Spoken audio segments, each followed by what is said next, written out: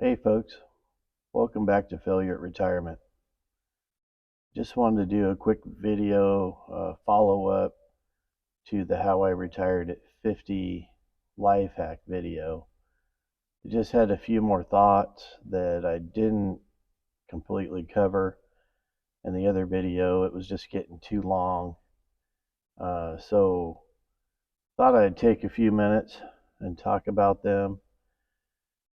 So the first thing that I wanted to go over from that video is the hard work part, and how this is just kind of another thought I have on hard work and that whole concept.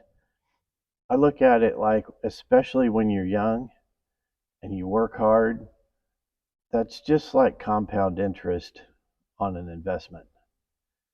The reason I say that, like, first of all, like you're making some extra money theoretically when you're young, and over time, I think that just tends to compound.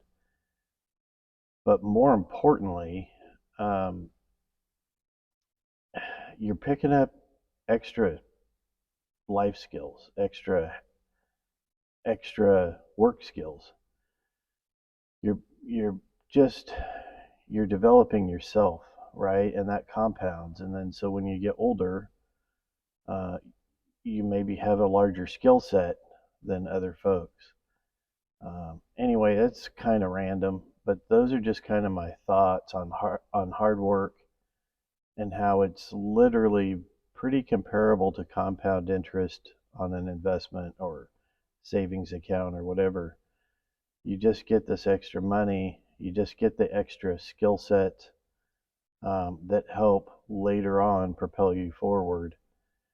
And I literally think the younger you are, when you acquire those skill sets, when you acquire, a few extra bucks, it just helps propel you forward down the road. So the next thing I wanted to talk about, sorry, I got some notes here I want to check out. So I talked about being intentional with your money and not buying toys when you're young. Um, don't get me wrong, we did buy toys. We just bought them, I think, a lot later than a lot of people did. We did eventually buy an RV. We did eventually buy some quads and some other toys. Honestly, we did most of that like when our boys were in high school, and we decided that family time had a pretty high value at that point. And so we went out and did some things and had some fun with the boys. And we still do some of that stuff today. But the point is, we did do that. We just did it when it was more affordable for us. In most cases, not for everything, but most cases we paid cash for that. The RV being one exception, that's a pretty big hit right there. But we did do that stuff. I don't want to pretend like we didn't. We did. We just, I think, waited a lot longer and paid cash for a lot of it. And I think that was pretty important.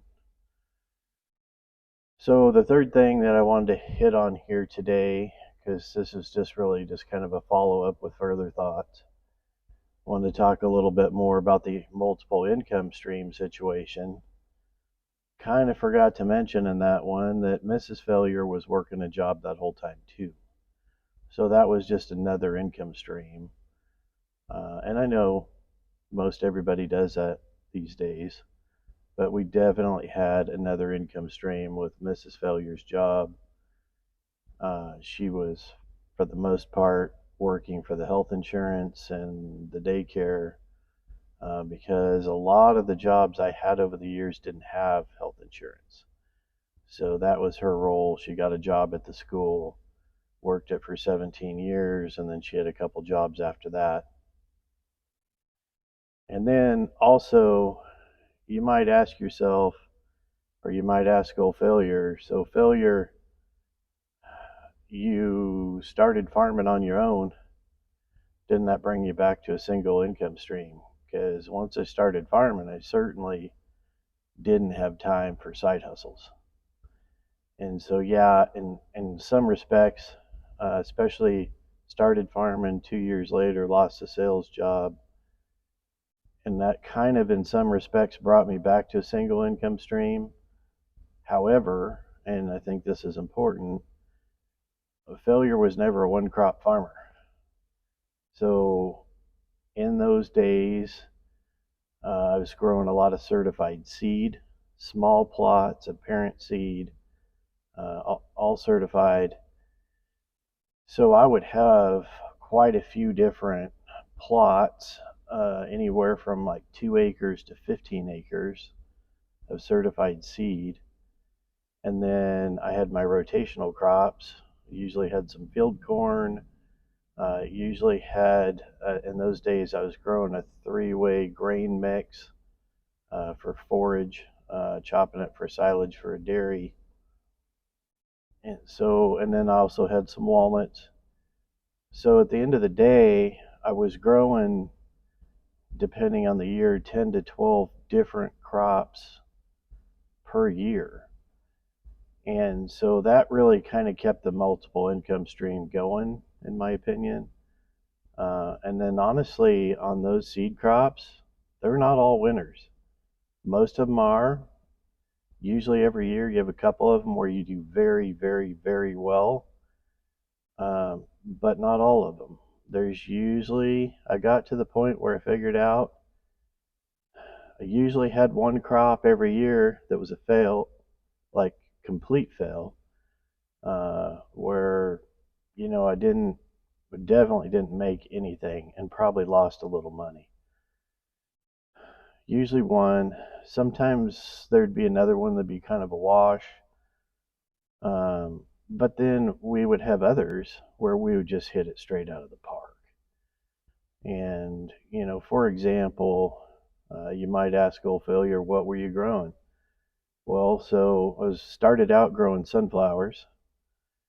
That was the first year or two. I was pretty much only growing sunflowers.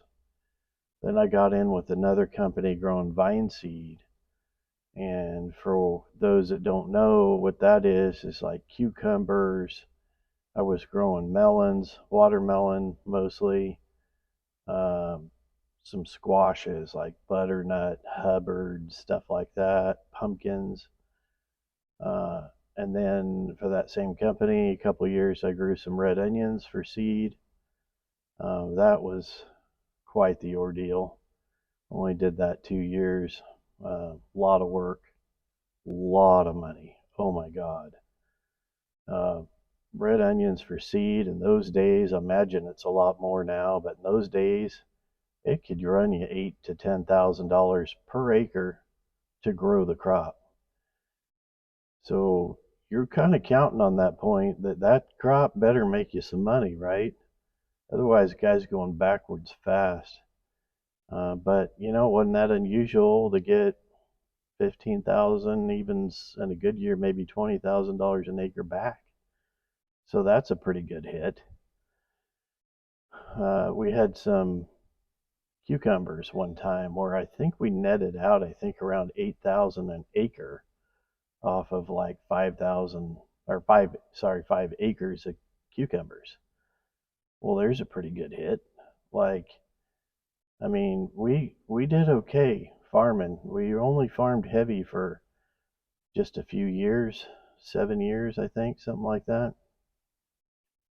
Uh, but we had some really good hits along the way. You start making 4 or 5 thousand an acre on a crop, and you have one crop that's 5 acres, 10 acres that is a fail, and you maybe even lose a couple bucks. Not a big deal. This is where multiple income streams come into play heavily. Anyway, I think that's probably all I got today. Check my notes again here real quick. Yeah, I think that gets her done. So anyway, just like I said, some follow-up thoughts. Other video got way too long. I'll be coming out with another one here probably another week or so at the most after this. 2 weeks, I guess, maybe, I don't know. Anyway, I appreciate you watching. Hit subscribe if you haven't already, if you want to see a few more of these, because there's definitely a few more coming. You guys have a good day. Thanks for watching.